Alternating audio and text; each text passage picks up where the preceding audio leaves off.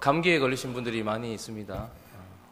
네, 건강 조심하시고, 우리 아이들이 또 감기에 걸리거나 하면 약을 먹여야 되죠. 근데 애기들 약 먹이는 게 뭐 어르신들은 어떤 방법으로 먹였는지 잘 모르겠지만 애기 약 먹이는 게 쉽지가 않아요. 제일 어려운 것은 원망의 눈으로 아빠를 바라본다는 것, 그것이 제가 제일 감당하기 어렵습니다. 예방접종을 하러 보건소에 갔습니다. 이 아이는 항상 필요한 것들을 제가 채워줬기 때문에 제가 지금까지는 유나에게 한 번도 화를 낸 적이 없어요. 뭐 당연한 겁니까? 주아는 아주 엄하게 키웠는데 딸이라서 그런 게 아니고 아직까지 이렇게 뭐 화를 내거나 뭐라 하거나 이래 본 적이 한 번도 없어요. 그냥 이렇게 첫째를 키우다 보니까 때가 되면 되는구나, 굳이 이렇게 안 해도 되는구나, 이런 생각이 있어서, 그래서 유나도 늘 필요한 것들을 제가 채워주고 하니까 제가 있으면 아픔이나 고통이나 슬픔이 없을 거라는 것을 알고 있는 듯 합니다. 그런데 예방접종을 하러 가서 주사를 놓는데 제가 그 아이를 이렇게 옆에서 이렇게 잡고 있지 않습니까? 그 주사를 놓고 나서 딱 2초가 딱 흐르고 나서 이제 애가 막 웁니다. 막 우는데 이 아이 눈빛이 저를 바라보면서 되게 애처롭게 이렇게 막 쳐다보면서 막 울어요. 막. 근데 왜 두 대를 한꺼번에 맞는데 한 대를 맞고 나서 저를 쳐다보면서 웁니다. 그래서 그 아이의 요구는 이거였겠죠. 아빠 지금 아픈데 뭐 하고 있노? 나를 좀 도와주지 않고 이 고통에서 나를 왜 건져내지 않고 지금 이 흉악한 이 간호사들로부터 왜 나를 보호해주지 않노? 이런 눈빛으로 저를 바라보는 듯 했습니다. 그리고 두 번째 주사가 찔릴 때에는 아주 원망 섞인 눈빛으로 또 그러면서 의아해한 눈빛인 것 같았습니다. 아빠가 같이 있고 엄마가 같이 있는데도 왜 고통이 있을까? 그런 생각을 하는 듯 했고 그 눈빛이 마치 제 신앙생활과 같다는 생각이 들었습니다. 저를 상당히 당황스럽게 하는 것은 제가 예수 그리스도를 믿고 하나님의 자녀가 되었고 저는 지금 주님과 동행하고 있다고 믿습니다. 참 좋은 교회 우리 모든 성도님들도 그런 삶을 살고 있다고 믿습니다. 그런데도 불구하고 아버지가 늘 제 곁에 계심에도 불구하고 제 삶 속에 무엇인가 결핍이 느껴질 때에, 그리고 제 삶 속에 어떤 고통이 찾아올 때에, 아픔이 찾아올 때에, 그것도 너무 자주 그런 일들이 일어날 때에 유나가 저를 바라보는 눈빛과 비슷한 눈빛으로 제가 하나님을 바라보면서 의아해하고 있는 저를 바라보게 됩니다. 오늘 이 본문 말씀에도 예수님께서 첫 번째 기적을 일으키셨던 이곳에 예수님이 계시지 않았던 것이 아니라 예수님과 함께 하고 있는, 예수님이 초대되어서 예수님이 그 초대에 응하셔서 함께 잔치를 하고 있는 그 잔치임에도 불구하고 포도주가 떨어지는 이런 사건들을 보면서 우리의 신앙생활 또한 하나님 앞에 내가 주님과 동행하고 있는데도 왜 이런 일들을 하나님께서 허락하시며 하나님은 왜 이런 것들을 그렇게 바꾸지 아니하시고 우리로 이 걸음들을 걷게 하시는가? 신앙생활하면서 우리가 끊임없이 고민하고 생각하는 부분들은 이런 부분입니다. 기도를 하고 기도에 응답을 주시는 근원이신 주님과 함께 함에도 불구하고 나는 여전히 그 결핍과 아픔과 눈물과 그런 상황 속에 내가 있다라는 것이 나를 당황스럽게 합니다. 그러나 오늘 본문 말씀을 통하여서 하나님께서 그런 시간을 지나게 하시면서 우리에게 요구하시고 또 우리에게 주시고자 하시는 것이 무엇인지를 한번 돌아보려고 합니다. 오늘 보니까요, 사흘째 되던 날 이렇게 얘기합니다. 요한복음은 마치 창세기 처음을 시작하는 것처럼 첫째 날, 둘째 날, 셋째 날 이렇게 하나님께서 창조하셨던 창조 기사를 생각나게 하듯이 요한이 이 첫째 날 빛이 있으니라 그 이튿날 그 이튿날 그 이튿날 이렇게 이야기하면서 이제 사흘째 되던 날, 마지막 7일째죠. 주님이 안식하셨던 날처럼 이 혼인잔치에 대한 이야기를 요한이 시작을 하고 있습니다.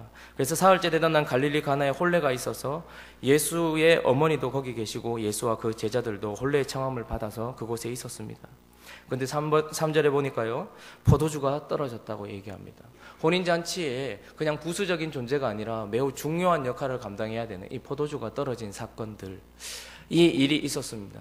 그런데 우리가 이곳에서 주목해 봐야 될 것은 그때에 포도주가 떨어진 것을 예수의 어머니가 아셨고 3절 후반절에 우리 같이 포도주가 떨어진지라 다음부터 우리 한번 읽어보겠습니다. 시작. 예수의 어머니가 예수에게 이르되 저들에게 포도주가 없다 하니.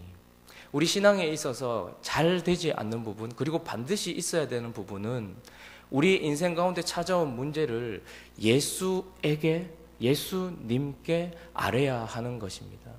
우리가 너무 자주 하나님 아닌 다른 어떤 것을 찾아갈 때도 너무나도 많이 있다는 것을 보게 됩니다. 이곳에 포도주가 떨어졌다는 것을 가장 먼저 아신 분은 아마 주님이셨을 것입니다. 오시기 전에 미리 알고 계셨을 것입니다. 그곳에 가면 포도주가 떨어질 것이라는 것을 주님이 알고 계셨습니다. 그리고 포도주가 떨어진 것을 예수의 어머니도 알게 되었습니다. 어쩌면 다른 사람들도 그것에 대하여 알았을지도 모르겠습니다. 우리가 우리 인생 가운데 문제를 발견한다는 것, 우리 인생 가운데 무엇인가 통찰력을 가지고 그것을 바라보게 된다는 것, 이것은 하나님께서 주시는 큰 축복입니다. 아, 여기는 이게 문제구나. 아, 저 사람은 저것 때문에 문제가 있구나. 아, 저 사람은 저래서 저런데. 아, 이 교회는 이래서 이래야 되는데, 아, 이 부서는 이것이 부족하구나 하는 것을 바라볼 수 있는 통찰력은 아무에게나 주어지는 것이 아닙니다, 사실은. 하나님께서 우리에게 은혜로 주셔야지만 그것을 볼 수 있습니다. 그런데 그 은혜로 받은 것으로 말미암아서 우리가 그것을 보게 되었을 때에 많은 사람들이 그 보게 된 통찰력을 가지고 주님께 그것을 아뢰지 아니하고, 대부분의 사람들은 먼저는 두려워하기도 합니다. 이 문제가 생겼는데 어떻게 해야 될까? 내 인생 가운데 이런 문제가 생겼고, 내 가정 가운데 이런 문제가 생겼고, 우리 부서 안에 이런 일이 있고, 우리 교회 안에 이런 일들이 있는데 어떻게 해야 될까? 막상 두려움으로 그것을 받아들이는 사람도 있습니다. 그리고 또 흔히들 많은 사람들이 하는 방법들은 비난하죠. 불평하고 비난합니다. 연회장은 도대체 뭐 했길래? 잔치를 베풀고 있는 이 신랑집에서는, 그리고 이 혼례 잔치의 주인들은 도대체 뭘 했길래 포도주가 떨어지는, 이제 한창 흥이 올라서 기쁨으로 넘쳐야 되는 이 시간에 도대체 뭐 했길래 이런 일들이 일어나노? 이렇게 불평 불만을 하기도 합니다. 교회 안에도 이런 사람들이 많이 있습니다. 우리가 서로의 부족함을 보게 됩니다. 처음부터 은혜 받고 교회 안에 들어오자마자 부족함을 보지는 않습니다. 대부분의 많은 사람들이 예수를 믿고 우리 교회에 특별히 새로운 신분들이 많이 있습니다. 그들을 보면요, 처음에는 너무 기뻐요. 나를 구원해 주셨고 기적처럼 예수 믿게 된 것 아닙니까? 나이 드셔서 오셨는데 청년 때 예수를 믿게 되었는데 오니까 너무 좋은 거예요. 야, 교회 역시 혼인잔치가 있는 곳이구나. 참 기쁨이 넘치는 곳이구나. 그런데 한 6개월 좀 지나다 보면요, 이 교회 안에 문제가 무엇인지 보이게 되고, 내가 있는 이곳에서 내가 느끼던 그 기쁨이 사라지는 것을 알게 되고, 가정 속에서 주님과 함께함에도 불구하고 여러 가지 어려움들이 있는 것을 보게 될 때에 우리가 그때에 불평하기 시작하고 그것에 대하여 비난하기 시작하더라는 것입니다. 그리고 또 어떤 사람들은 이런 부류가 있습니다. 연회장에게 찾아가서 이 문제를 아뢰고, 지금 큰일 났다, 우리 어떻게 한번 해보자, 어디 가서 포도주를 좀 빌려볼까, 아니면 어디서 가서 빚었는 걸로 좀 가져와 볼까, 그러면서 자기 열심으로 이 문제를 해결해 보려고 하는 부류들도 있습니다. 그러나 하나님께서 우리에게 요구하시는 것은 오늘 이 본문 말씀을 통하여서 마리아가 했던 이 행동입니다. 예수께 아뢰는 것, 아주 쉬운 것 같지만 그러나 우리가 절대로 그렇게 잘 가지 않는 부분, 예수께 이 문제를 아뢰는 것. 우리는 너무나 쉽게 하나님께 눈을 감고 기도하기 전에 불평부터 내뱉는 우리의 모습들, 비난하는 우리의 모습들, 나의 모습들을 보게 됩니다. 그러나 하나님은 우리에게 마리아처럼 예수에게 아뢰라 라고 저에게 요구하고 계시며 우리에게 요구하고 계신다는 것입니다. 주님이 그렇게 요구하고 계시는 것을 우리 또 본문을 통해서 볼 수 있는데요, 마가복음 9장 한번 가보겠습니다.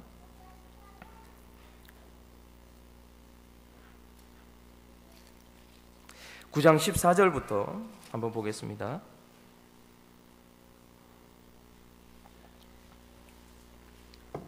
제가 한번 읽어보겠습니다. 이에 그들이 제자들에게 와서 보니 큰 무리가 그들을 둘러싸고 서기관들이 그들과 더불어 변론하고 있더라. 온 무리가 곧 예수를 보고 매우 놀라며 달려와 문안하거늘 예수께서 물으시되 너희가 무엇을 그들과 변론하느냐?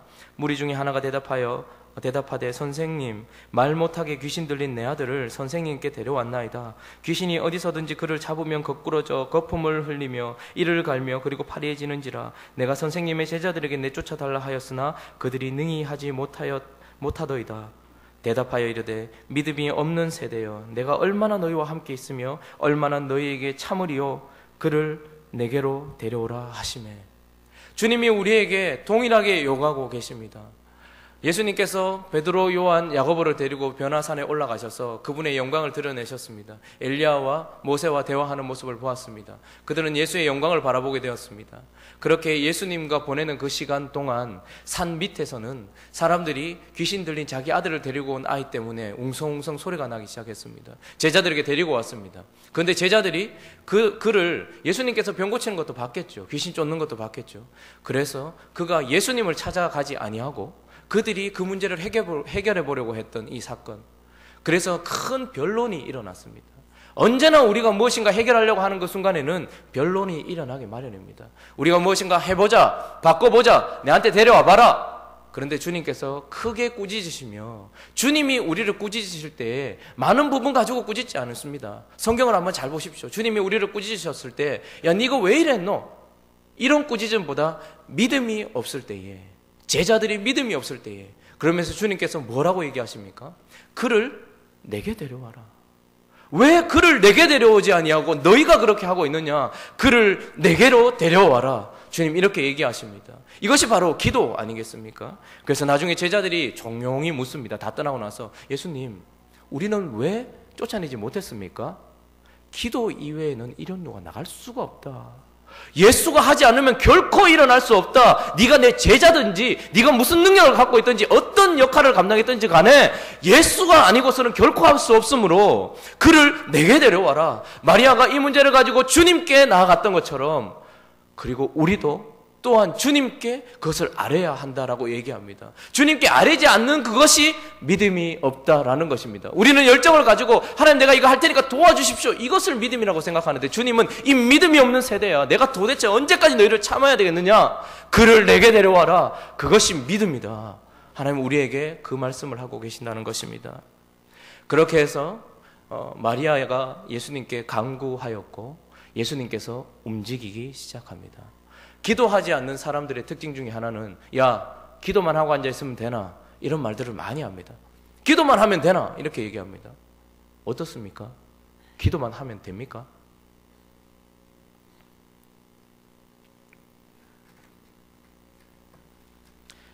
기도하지 않은 사람들은 그런 이야기를 할 수 있지만, 기도하는 사람들은 결코 그렇게 얘기할 수 없습니다. 왜냐하면 기도를 할 때 우리가 했던 그 기도는 결코 땅에 떨어지지 아니하고 주님께 올라가고, 주님이 그때부터 움직이기 시작하시며 주님이 역사하시기 시작하신다는 것입니다. 그래서 우리가 해야 될 부분들이 보이고 환경이 바뀌는 것이 보이게 되게 마련입니다. 그래서 기도하는 사람들은, 야, 기도만 하면 되나? 라고 말하는 그들에게, 기도 한번 해봐라. 얼마나 바빠지는 줄 아느냐? 우리가 해야 될 부분들이 생기고 하나님이 역사하시는 부분들을 우리가 보게 된다라고 이야기하죠. 오늘 본문에도 마리아가 기도하였습니다. 예수님께 구하였습니다. 그리하였더니 예수님께서 액션을 취하기 시작하셨고 우리에게 요구되는 부분들이 있었습니다. 예수님께서 무엇을 우리에게 요구하셨습니까? 하인들에게 정결 예식에 필요한 쓰는 그것, 6절 한번 보시죠. 요한복음 2장 6절, 거기 유대인의 정결 예식을 따라 두세 통 드는 돌 항아리 6이 놓였는지라. 예수께서 그들에게 이르시되 항아리에 물을 채우라 하신즉 아기까지 채우니 이제는 떠서 연회장에게 갖다 주라. 하나님께서 우리에게, 기도하는 우리에게 무엇인가 요구하십니다. 그런데 이것은 하인들에게 늘 하던 일입니다. 정결 예식을 따라서 거기 손 씻는 곳, 거기에 물 떠다 놓는 것은 하인들이 늘 하던 일입니다. 그런데 주님이 오늘 이 특별한 문제, 포도주가 없는 이 상황 속에서 주님이 갑자기 하인들이 늘 하던 그 일에 순종함을 요구하고 계시더라는 것입니다. 이 희한한 것이죠. 주님께서 우리에게 늘 하던 것을 요구하십니다. 특별한 문제를 해결할 때 우리에게 생각되어지는 것은 이 문제가 특별함으로 우리가 특별히 뭔가 해야 되지 않을까, 이런 생각을 하게 마련이죠. 그것이 바로 인본주의적인 생각입니다. 나로부터 오는 생각이죠. 내가 무엇인가 특별하게 하면 그 문제를 해결할 수 있을 것이다 생각하는.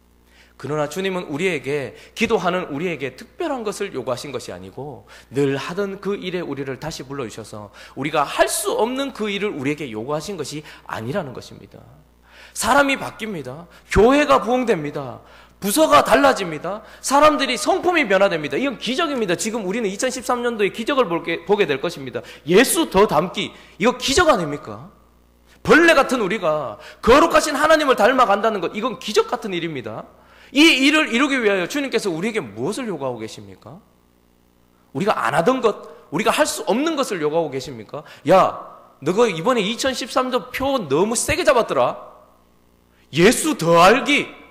야, 이게 센데? 예수 더 담기. 예수 전하기. 이거 기적 같은 일 아니냐? 그래서 주님이 우리에게, 야, 너가 안 되겠다. 주암산도 안 되겠고, 뭐 하나 특별한 곳에 가서 특별하게 한번 뭔가를 해보고, 밤낮 부르짖으며, 그렇게 하나님께서 우리에게 요구하시는 것이 아니라, 하나님은 여전히 우리에게 우리가 할 수 있는 일, 우리가 해야만 하는 일, 최소한의 것, 그것을 우리에게 요구하시더라는 것입니다. 저는 올해 들어오면서 성경을 좀 많이 읽어야 되겠다 생각을 했습니다. 왜냐하면 제가 목사 안수를 받을 때 시험 치러 갔는데요, 5명이 앉아 있었는데 목사님이 다른 건 묻지 않으시고 제 옆에, 제가 중간에 앉았어요. 나이가 그렇게 돼서 그런지 제 옆에 있는 분에게 성경 몇 독 했습니까? 이렇게 물으시더라고요. 그분이 한 10번 정도는 읽었던 것 같고, 그 이후로는 기억이 안 납니다. 뭐 그렇게 제가 깜짝 놀랐어요. 저는 그만큼 못 읽었거든요. 근데 옆에 계시는 분이, 저는 한 15번 정도, 그 정도는 읽어야죠. 목사님이 이렇게 얘기하시는 겁니다. 근데 목사님 저한테 이제 물으세요. 목사님 몇 번 읽으셨습니까? 2번도 못 읽은 것 같은데, 제가 이렇게 진짜 목사님 우려하시는 눈빛으로, 세 분이 다 놀라시고 옆에 있는 사람들도 놀라는 거예요. 뭐 이렇게. 제가 거짓말을 지킬 수 없지 않습니까? 성경을 빨리 못 읽겠어요. 왜냐하면 읽다 보면 어느 부분에 자꾸 서게 돼요. 그러다 보니까 막 빨리 읽는 것보다는 이렇게 좀 집중해서 읽고 싶은 마음이 제게 있어서 그런지. 근데 제 옆에 있는 분이 이제 저하고 같이 공부하셨던 분인데, 이분이 제 대답하고 나서 바로 아주 의기양양하게 30동 이상은 읽었습니다. 앞으로 더 읽을 계획입니다. 뭐 이렇게 얘기하죠. 그래서 전 그다음부터 저한테 질문도 안 하시고 다들 뭐 서로 이야기하시더라고요. 그래서 제가 올해는 성경을 좀 읽어야 되겠다, 좀 많이 읽어야 되겠다 다짐하고, 어떻게 읽으면 좋을까 생각하다가 하루에 매일 3장씩 읽고 주일날 5장 읽으면 한독하지 않습니까? 이래가지고는 이분들을 따라갈 수가 없겠다. 맥체인 성경 뭐 이것도 있어가지고 표도 뽑아놓고 막 했는데요, 이래가지고는 안 되겠다. 그래서 제가 이제 성경 읽는 시간을 구별하여서 하나님께 올려드리려고 하고 있습니다.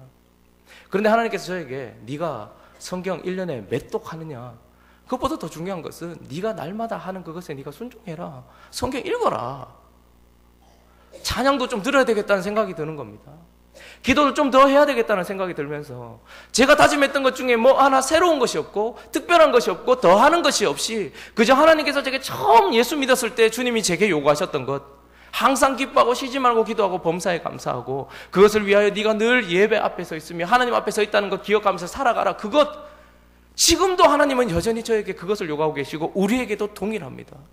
하나님께서 우리에게 요구하시는 것은 특별한 것이 아니더라는 것입니다. 그래서 이들이 늘 하던 것이잖아요. 그런데 이것은 믿음이 필요한 것입니다. 이것을 연회당에게 갖다 주라고 이야기했습니다. 그래서 8절 이후에 이제는 떠서 연회장에게 갖다 주라 하심에 갖다 주었더니, 그랬더니 어떻게 되었습니까?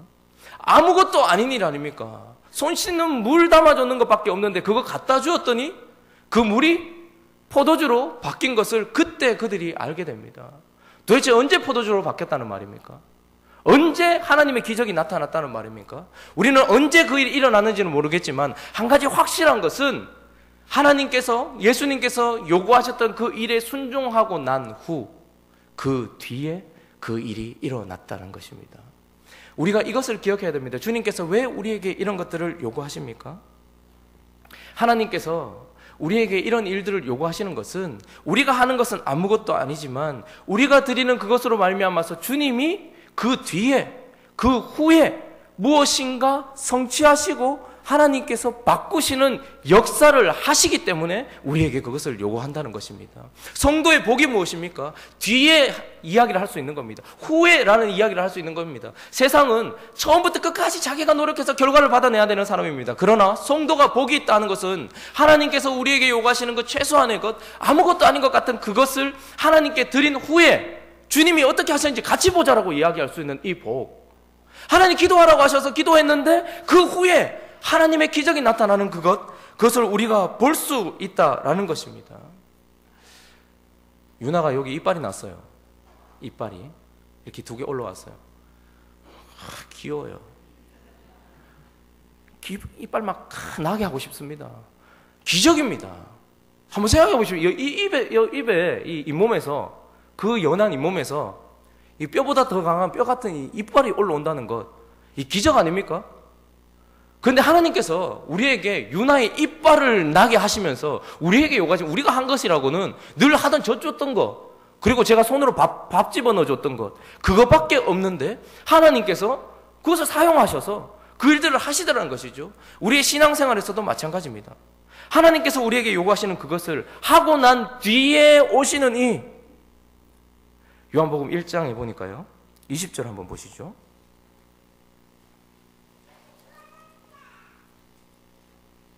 세례 요한이 나옵니다. 사람들이요, 요한에게 기대를 걸었습니다. 당신이 그냐?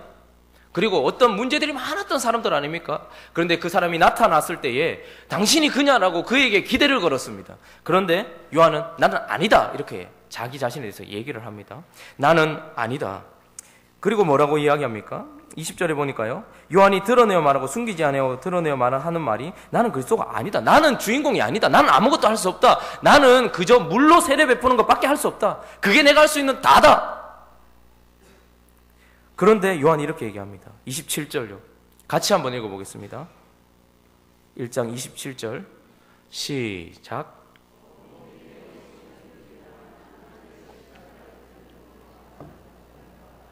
요한이 기대하고 있었던 것은 이것이었습니다. 곧 내 뒤에 오시는 이, 곧 내 기도한 뒤에 역사하시는 이, 곧 예배드리고 난 후에 내게 역사하시는 이, 곧 참은 내 뒤에 역사하시는 이, 곧 사랑하고 난 뒤에 역사하시는 그분이 그것을 사용하실 것이다. 이것이 요한의 대답이었습니다.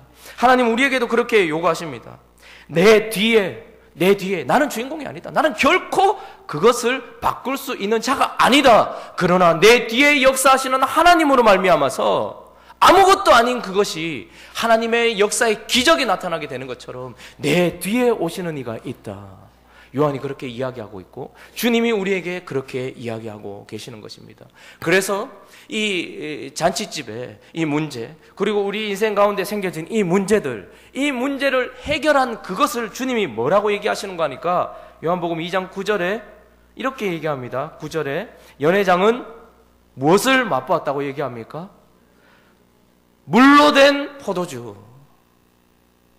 주님께서 우리 인생의 문제를 해결하신 그 기적을 주님이 이름하시기를 무엇이라고 얘기하는가 하니까 그것은 물로 된 포도주다, 이렇게 얘기합니다. 마리아가 기도했고 하인들이 순종했습니다. 하늘에서부터 내려온 포도주도 아닙니다. 하인들이 어디 가서 공수해온 포도주도 아니라 그 포도주는 우리 인생의 문제를 해결했고 그곳에 있는 어려움을 해결했던 그것은 물로 된 포도주다, 이렇게 얘기합니다. 물로 된 포도주가 무슨 말입니까? 아무것도 아닌 나에게 요구하신 그것에 순종했을 때에 순종하고 난 뒤에 역사하시는 그분으로 말미암아 생겨진 그것, 이것을 가지고 주님은 물로 된 포도주다 이야기하고 있습니다. 우리 인생이 이런 물로 된 포도주로 가득한 인생이기를 소원합니다. 하나님께서 2013년을 시작하는 우리에게 여전히 요구하시는 것이 있습니다. 그분은 무조건 감싸주시고 무조건 우리를 안아주시는 분이 아니라 그분의 율법이 있고 그분의 사랑의 계명이 있습니다. 그런데 그것을 우리가 순종하고 난 이후에 하나님께서 그것을 사용하셔서 우리 인생을 빚어가신다고 이야기합니다.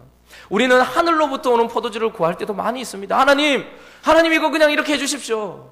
하나님 그냥 이렇게 변화시켜 주십시오. 그러나 성도가 된 우리, 제자 된 우리에게 하나님은 물로 된 포도주로 역사하시더라는 것을 결코 잊어서는 안 됩니다. 2012년을 보내면서 제 인생을 가만히 생각해 보니까요, 이렇게 몇 년 안 살았는 게 뒤는 뭐 이렇게 생각하실 분도 계시지만 뒤를 돌아보니까 제 인생이요, 물로 된 포도주로 가득하다라는 것을 깨달았습니다. 하나님 말씀하시는 것에 작은 순종을 드렸더니 그 순종을 사용하셔서 하나님께서 은혜 베푸셨던 것들로 가득한, 그래서 기쁘더라고요. 그래서 그 잔치집이 기뻤던 것처럼 그 잔치집을 기쁘게 했던 것이 물로 된 포도주 아니었습니까? 제 인생의 가장 큰 물로 된 포도주는 저번에도 한번 말씀드린 적이 있는데요, 저희 원래 94시 되셨죠. 할머니가 93세 예수를 믿은 겁니다. 그런데요, 하늘로부터 내려온 포도주가 아니었음을 제가 할머니의 간증을 통해서 듣게 됩니다. 제가요, 신앙생활 한 지는 초등학교 5학년 때부터인데 중학교 한 2, 3학년 때부터, 한 92년 뭐 이쯤부터 할머니를 위해서 제가 기도를 시작했었던 것 같습니다. 몇 년을 기도한 겁니까? 2013년에 변화됐으니까요. 한 20년은 넘었죠. 하나님께서 제가 기도를 멈추지는 않았습니다. 왜냐하면 하나님이 아니죠. 할머니가 저를 업어 키우시고 할머니가 저를 제일 좋아하셨거든요. 제가 할 수 있는 거라곤, 이제 연로하신 할머니가 할 수 있는 거라곤 천국을 소개하고 예수 믿게 하는 거, 그거밖에 없으니까. 제가 그렇게 기도했던 그것.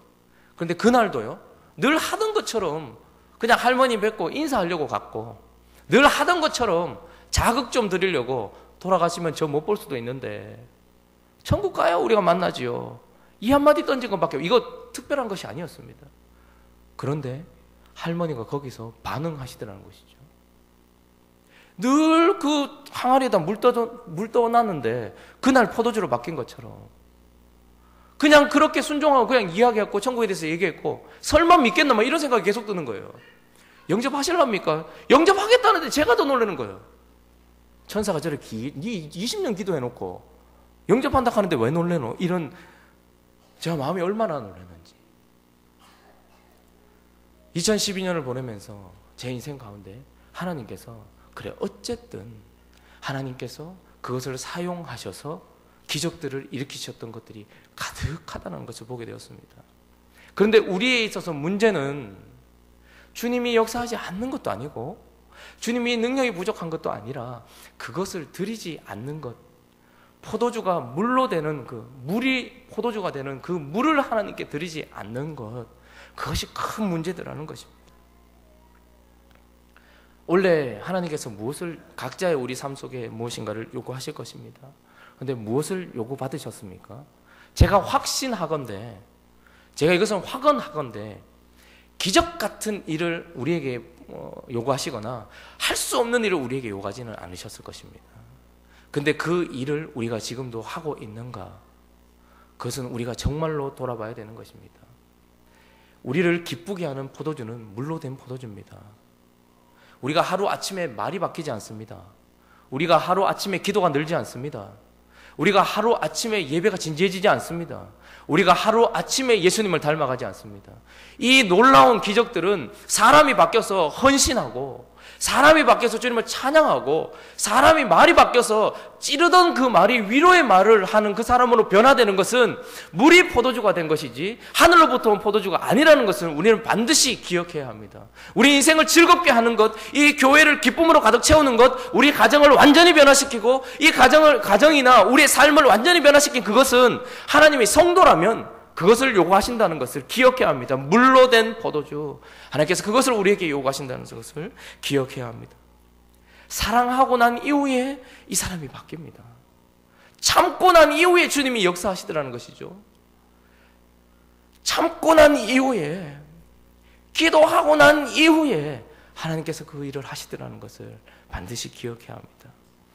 그래서 이 잔치가 물로 된 포도주로 말미암아서 기쁨이 충만했습니다. 연회장은요 막 칭찬해요. 야, 이 집 대단하다, 이런 막 칭찬을 하고 거기 있는 많은 사람들이 그것을 가지고 누렸습니다. 그런데 우리 인생의 가장 큰 복, 그리고 하나님이 정말로 우리에게 계획하시고 우리에게 지금 요구하고 계시는 것은 11절의 말씀입니다. 한번 보십시오. 11절 우리 같이 한번 읽어보겠습니다. 시작.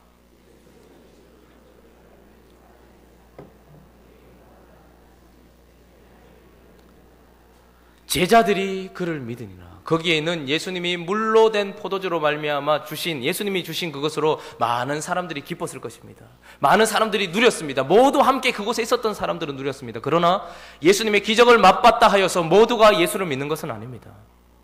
예수님이 하시는 그 일에 함께 있었다 하여서 모두가 예수를 닮아가는 것도 아닙니다. 제자가 닮아가고 제자가 믿게 되더라는 것입니다. 그래서 이 가나 혼인잔치의 가장 큰 기적은 물이 포도주로 바뀐 것이 아니고 첫 번째 주님이 영광을 나타내심으로 말미암아서 제자들이 예수를 믿게 된 이것이 가장 큰 기적이라는 것을 우리가 기억해야 합니다. 우리에게 믿음이 더욱더 자란다는 것이죠. 믿음은 자라는 것입니다. 믿음이 계속해서 자라갑니다. 처음부터 아브라함이 아들 준 믿음을 가지고 있었던 것이 아닙니다. 그는 하나님께서 요구하시는 삶을 살아야 했습니다. 모세 또한 마찬가지였습니다. 모세가 그 이스라엘 백성들을 인도할 수 있었던 것, 그리고 그가 그렇게 사역할 수 있었던 것, 그리고 야곱이, 이삭이, 모든 사람들이 그 은혜 가운데서 기쁨으로 물로 된 포도주를 맛봤던 것은 그냥 이루어진 것이 아니라 하나님을 믿는 믿음을 요구하시는 그 자리에서 물을 끊임없이 드리고 하나님께 순종하였더니 믿음이 자라더라는 것입니다. 믿음이. 그래서 하나님께서 우리에게 여기 있는 모든 사람들은 다 몰라요.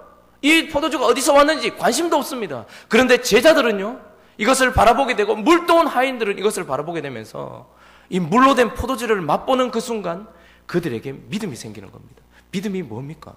이제 앞으로 주님을 더 의지한다는 겁니다. 주님이 해결하시니까 그냥 되는구나. 그래서 더 기도하게 되고 더 나가게 되고 더 주님 붙들게 되어 있다는 것입니다. 우리 2013년을 살아갈 때에 이런 은혜가 있었으면 좋겠습니다. 물로 된 포도주로 채우시는 은혜는 하나님이 많이 주실 때가 많아요. 그러나 하나님이 요구하시는 것까지 우리는 나가야 됩니다. 주님이 말씀하시는 것까지 나가야 된다는 것 말입니다. 물로 된 포도주를 맛보고 그냥 기뻐하는 것에서 끝나는 것이 아니라 주님이 요구하시는 것은 그 물로 된 포도주를 본 자들, 그리고 그곳에 기도를 드렸던 자, 그리고 그곳에 순종했던 자, 그리고 그것을 맛보면서 주의 영광을 받던 자들은 주를 믿으라는 것입니다. 우리에게 하나님께서 이 은혜를 허락해 주시기를 간절히 소원합니다. 그래서 주님이 하시는 것을 우리의 헌신과 수고와 눈물과 기도로 올려드릴 때에 그것을 사용하시는 그 하나님으로 말미암아 우리가 믿음을 가지게 되는 것, 그것을 우리가 체험하는 이 한 해가 되어서 정말로 예수를 더 알고 정말로 예수를 더 믿고 정말로 예수를 더 닮아가는 우리 참 좋은 교회 성도님들 되시기를 간절히 소원합니다. 우리 같이 한번 기도했으면 좋겠습니다.